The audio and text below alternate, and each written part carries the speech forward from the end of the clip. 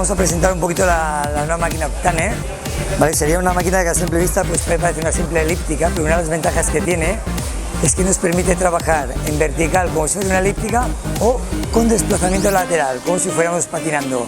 La ventaja que tiene es que cuanto más desplazamiento lateral tenemos, más implicación del glúteo medio.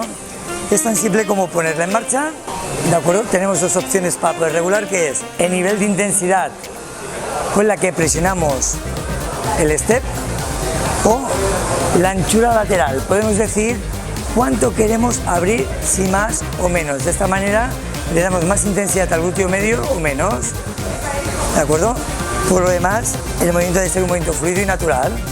Tenemos la opción de podernos coger por los brazos para que haya más implicación de brazos o centrarnos más en lo que es el trabajo de piernas. Nos cogeríamos en las palancas centrales, realizaríamos una pequeña flexión de la cadera como si estuviéramos haciendo una sentadilla baja, y habría más implicación a nivel de glúteos.